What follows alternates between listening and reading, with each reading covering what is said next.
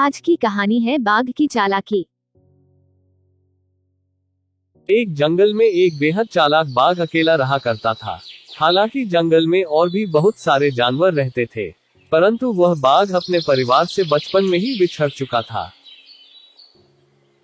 इसलिए उसने अपना सारा जीवन अकेले ही संघर्ष के साथ इस घने से जंगल में गुजारा था।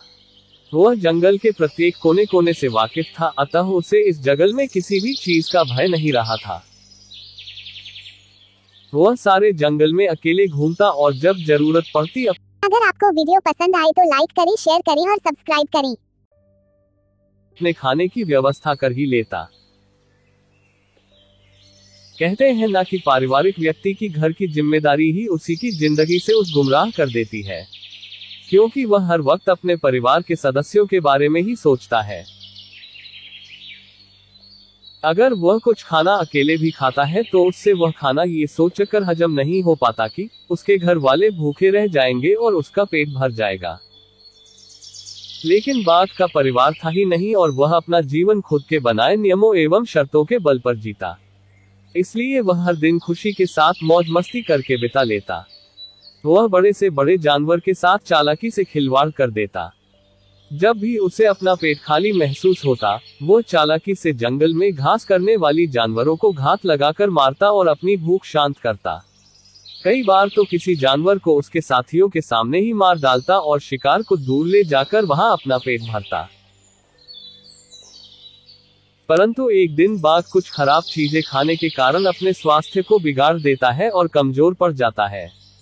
परंतु फिर भी वह जीने की बहुत उम्मीद रखता है। तबीयत बिगड़ने के दौरान वह एक पेड़ के नीचे कई दिनों से झाड़ियों में ही बैठा रहता है।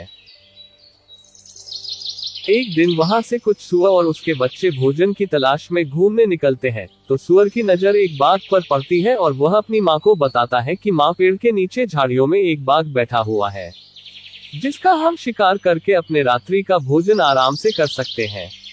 बच्चा अपनी माँ से यह बात बोलता है, पर तेजतर्रार कानों की बदौलत बाघ ये बात सुन लेता है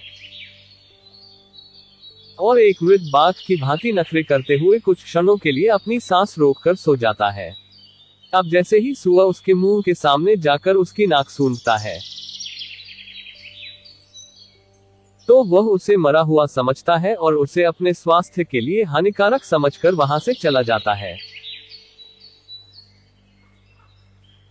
सीख इस प्रकार एक बाघ अपनी चालाकी के कारण सुअरों के मुंह से बच पाता है।